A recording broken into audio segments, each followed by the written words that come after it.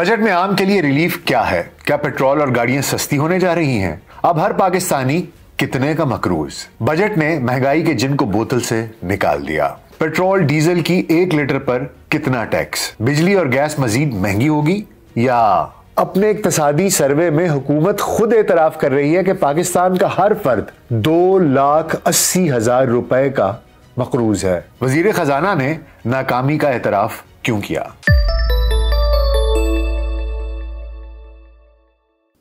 VLC podcast में doctor Nasir bag के साथ खाकसार आपकी खिदमत में हाजिर है। वफाकी हुकूमत ने माली साल 2024-25 के लिए बजट पेश कर दिया है। इस बजट में सरकारी मुलाजिमीन और पेंशनर्स के लिए तो तनख्वाहें और पेंशन बढ़ाने की खुशखबरी शामिल है, लेकिन महंगाई की चक्की में पिसने वाले आम आदमी को कोई खातिर खा रिलीफ नहीं मिला। अब उसे पेट्रोल पर मजीद टैक्स देना होगा। इस बजट में कम से कम माहाना तनख्वाह तो बढ़ाकर 36,000 रुपए मुकर्रर कर दी गई है, लेकिन इसके साथ साथ सेल्स टैक्स की शरह में भी 1% इजाफा कर दिया गया है, जिससे न सिर्फ आटा, घी, चीनी और दालें महंगी हो जाएंगी, बल्कि सीमेंट और मोबाइल फोन समेत दर्जनों अशिया की कीमतों में मजीद इजाफा हो जाएगा। माजी की तरह ये बजट भी खसारे का बजट है। आमदन और अखराजात की सूरत हाल देखी जाए तो आइंदा माली साल में वफाकी हुकूमत की खालिस आमदनी 9,119 अरब रुपए होगी। कुल अखराजात का तखमीना 18,877 रुपए है, जिसमें 9,775 अरब रुपए सूद की अदायगी के लिए चले जाएंगे। वजीर खजाना ने अपनी बजट तकरीर में आइंदा साल महंगाई की शरह 12%, जबकि इक्तसादी तरक्की की शरह 3.6% रहने की तवक्को जाहिर की है। अब बात करते हैं बजट के अहम नुकात की। इस बजट का मजमूई हुजम 18,877 अरब रुपए है। ग्रेड 1 से 16 तक के मुलाजमीन के लिए तनख्वाहों में इजाफा होगा 25%, जबकि ग्रेड 17 से 22 तक के अफसरों की तनख्वाह 16% बढ़ाई गई है। पेंशन में 15% इजाफे की तजवीज़ है, जबकि मुल्क में कम से कम माहाना तनख्वाह 36,000 रुपए मुकर्रर कर दी गई है। आइंदा माली साल के लिए टैक्स रेवेन्यू का हदफ 12,970 अरब रुपए मुकर्रर किया गया है, जबकि सूद की मद में 9,775 अरब रुपए अदा किए जाएंगे। दिफा पर 2,122 अरब रुपए, जबकि बिजली और गैस समेत मुख्तलिफ अशिया पर सब्सिडी की मद में 1,363 अरब रुपए खर्च किए जाएंगे। तरक्याती बजट 1,400 अरब रुपए मालियत का होगा, जबकि आफात से निमटने के लिए 313 अरब रुपए मुख्तस किए गए हैं। आज़ाद कश्मीर को बिजली की मद में 108 अरब रुपए मिलेंगे। हुकूमत ने सोलर पैनल के लिए खाम माल और पुर्जाजात की दरामद पर खुसूसी रियायत का ऐलान किया है, लेकिन गाड़ियों के लिए टैक्स की शरह में रद्दोबदल कर दिया है। अब गाड़ियों पर टैक्स इंजन की ताकत के हिसाब से नहीं, बल्कि गाड़ी की कीमत के मुताबिक वसूल किया जाएगा। हुकूमत ने हाइब्रिड और इलेक्ट्रिक गाड़ियों की दरामद पर दी गई रियायत भी खत्म कर दी है। अब आप बाजार से आईफोन खरीदें या कोई सस्ता मोबाइल फोन, दोनों पर टैक्स एक जैसा यानी 18% अदा करना होगा। आइंदा माली साल के दौरान हुकूमत IT सेक्टर पर 89 अरब रुपए खर्च करेगी। इस्लामाबाद, कराची और लाहौर में IT पार्क बनाए जाएंगे। हुकूमत ने पेंशन के बोझ से निजात हासिल करने के लिए एक नई स्कीम भी मुतारिफ कराई है। तनख्वाहदार तबके पर आयद टैक्सेस में फिर इजाफा कर दिया गया है।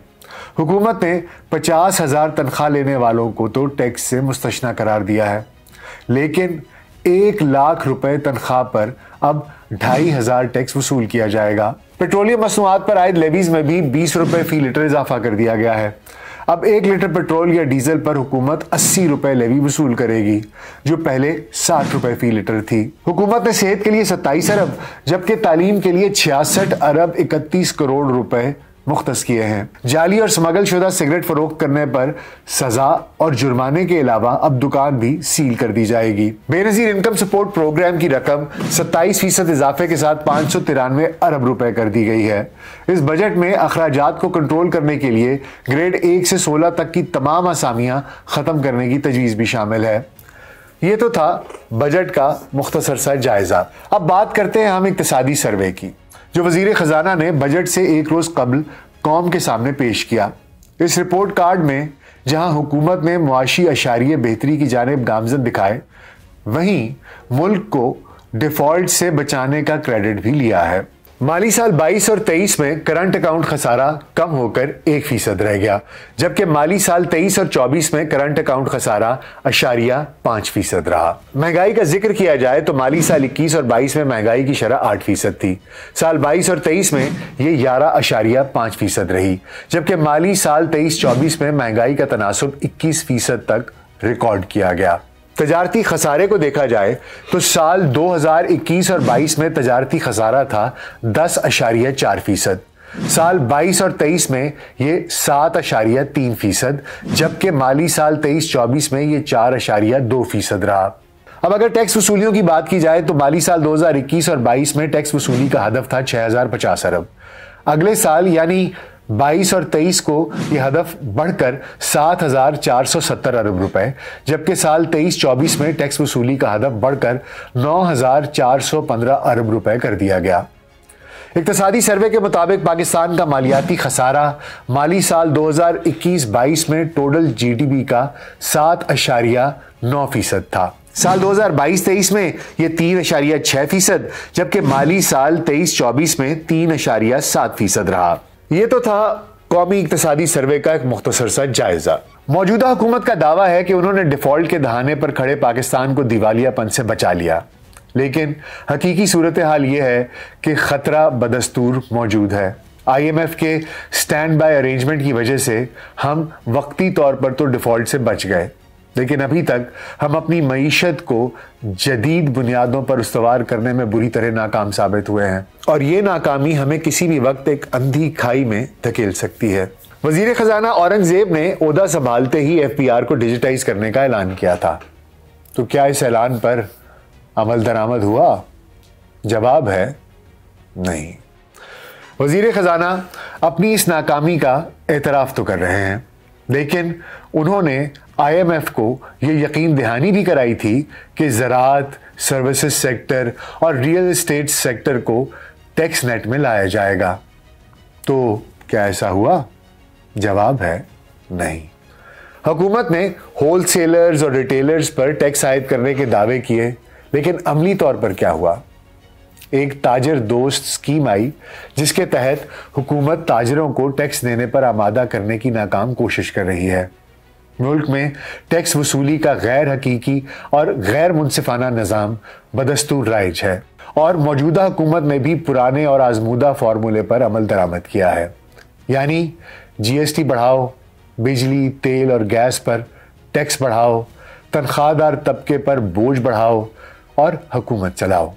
आखिर ऐसा कब तक चलेगा? PIA, steel mill, airports, PASSCO, इन जैसे सफ़ेद हाथियों से कब जान छुड़ाई जाएगी? ज़राअत में शरह नमू अगर बेहतर है तो लाइफ स्टॉक की तरक्की के लिए हम ठोस पॉलिसी कब लाएंगे? स्मगलिंग पर अगर काबू पाया जा सकता है तो गैर ज़रूरी दरामदात की रोकथाम में कौन सी शय रुकावट है? बरामदात में इजाफे के लिए हम कब सरमायाकारों का एतमाद बहाल करेंगे? हर वो पाकिस्तानी जो टैक्स नेट से बाहर है, उसे कब अपनी जिम्मेदारी अदा करने पर मजबूर किया जाएगा? हमारी मईशत कब डिजिटाइज होगी? हम कब तक फाइलर और नॉन फाइलर की बोसीदा और मतरूक इस्तिलाह के पीछे छुपते फिरेंगे? अपने इक्तसादी सर्वे में हुकूमत खुद एतराफ़ कर रही है कि पाकिस्तान का हर फर्द 2,80,000 रुपए का मकरूज है। क्या शहबाज शरीफ की हुकूमत ये कर्जों का बोझ उतारने के लिए हकीकी और अमली लाया अमल पेश करेगी, या ये बोझ यूं ही एक हुकूमत से अगली हुकूमत और एक नस्ल से दूसरी नस्ल को मुंतकिल होता रहेगा? गरीब पिसता रहेगा, तनख्वाहदार तबका पिसता रहेगा। पाकिस्तान में तनख्वाहदार तबके और गरीब तबके की हालत बिल्कुल वैसी है जैसी सड़क पर पड़े हुए एक जूस के डब्बे की होती है, जिसे आते जाते हर शख्स का दिल चाहता है कि इसे लात मारी जाए, और तब तक लात मारी जाए जब तक उसका पटाखा ना निकले।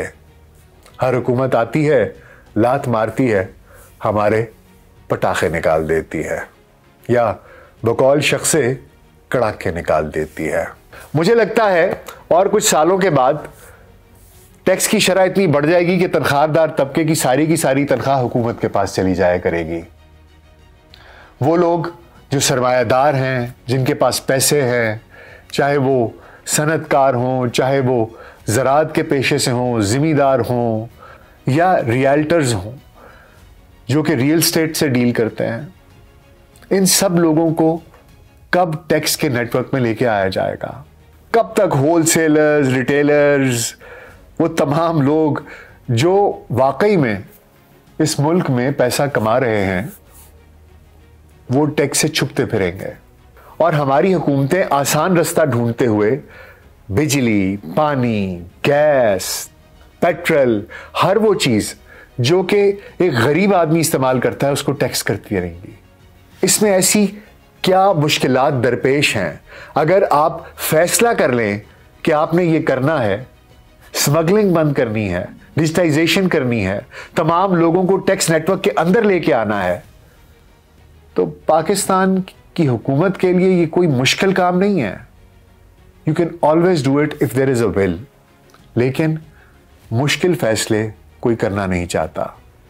मसला यह है कि हर गरीब आदमी देख रहा है कि आपने जो अफसरान को, मरात याफ्ता तबके को आप मुफ्त बिजली के यूनिट्स देते हैं, आप उनको मुफ्त गैस के यूनिट्स देते हैं, आप उनको मुफ्त पेट्रोल देते हैं, आप उनके लिए गार्ड्स रखते हैं, उन तमाम खर्चों में आपने किसी किस्म की कोई कमी नहीं की। लोग ये भी देख रहे हैं कि आपने सेनेट के, पार्लियामेंट के, वज़ीर आज़म हाउस के, इन तमाम के अखराजात में मज़ीद इजाफा किया है, इसके बजट में इजाफा किया है, लेकिन छुरी आप गरीब की गले पे फेंक रहे हैं। एक गरीब आदमी है जो वो टैक्स के ज़ुमरे में आता ही नहीं है, उसकी आप सिमें ब्लॉक करेंगे, उसको तंग करेंगे। आपको शायद इस चीज़ का अंदाज़ा ही नहीं है कि जब आप किसी सरकारी दफ्तर में जाते हैं कोई छोटे से छोटा काम कराने के लिए, तो नीचे एक क्लर्क से लेके ऊपर बैठे हुए आला तरीन अफसर तक सब लोग उस एक शहरी का, एक आम शहरी का किस तरह से इस्तेहसाल करते हैं, किस किस किस्म के सवालात किए जाते हैं, किस किस किस्म के तकाजे किए जाते हैं। आप ये कवानीन बनाते हैं और उन कवानीन की जद में आके ये शहरी बेचारा मर जाता है। आपका जो कंप्लीट कॉन्सेप्ट है बजट बनाने का, उसी की समझ नहीं आती। बजट का कॉन्सेप्ट कुछ इस तरीके से होना चाहिए कि जो लोग ज़्यादा कमाते हैं, जो बिजनेसमैन हैं, जो अरबों, करोड़ों, अरबों, खरबों कमा रहे हैं, आप उनसे उनकी इनकम के मुताबिक टैक्स लें। यहाँ पर अमीर अमीर से अमीर तर होता जा रहा है और इस पूरे मुल्क में जो एक मिडिल क्लास थी वो डिप्लीट होकर ख़त्म होती जा रही है। लोगों के लिए अपने घर चलाने मुश्किल है। आप 36,000 रुपये आपने तनख्वाह करके बहुत बड़ा एक नारा मारा है कि हमने तनख्वाह बढ़ा दी है।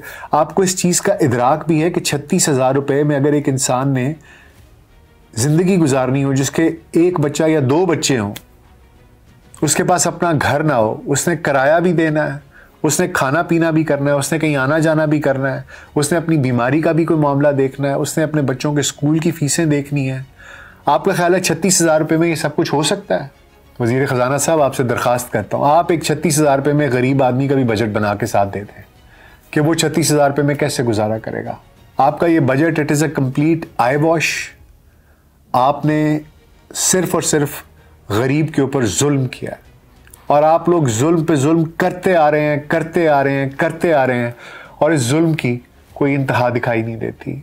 अभी कुछ अर्सा पहले दुबई लीक्स आई, उसमें इतने लोगों के नाम आए, किस तरह इतनी बड़ी बड़ी प्रॉपर्टीज़, उनके ऊपर कोई सोचा गया कि इन लोगों से कोई इस्तफसार किया जाए, पूछा जाए? बड़े लोग हैं, बड़े वकील करेंगे, कोर्टों में केस जाएंगे, लटकते रहेंगे दिहाइयों तक, फिर कहानी ख़त्म हो जाएगी। कौन पूछेगा? बस गरीब आदमी की गर्दन ऐसी होती है कि उसमें आपका फंदा फिट आ जाता है और हर जून को वो गरीब अपने गले में ये फंदा डाल के बजट का सूली पे लटक जाता है। पता नहीं और कितने साल तक इसी तरह गरीब इस नाइंसाफ बजट की सूली पर लटकता रहेगा। आपको बजट कैसा लगा? आप पर इसका क्या असर होगा? कमेंट्स में ज़रूर बताइएगा। अपना ख्याल रखिएगा। शुक्रिया।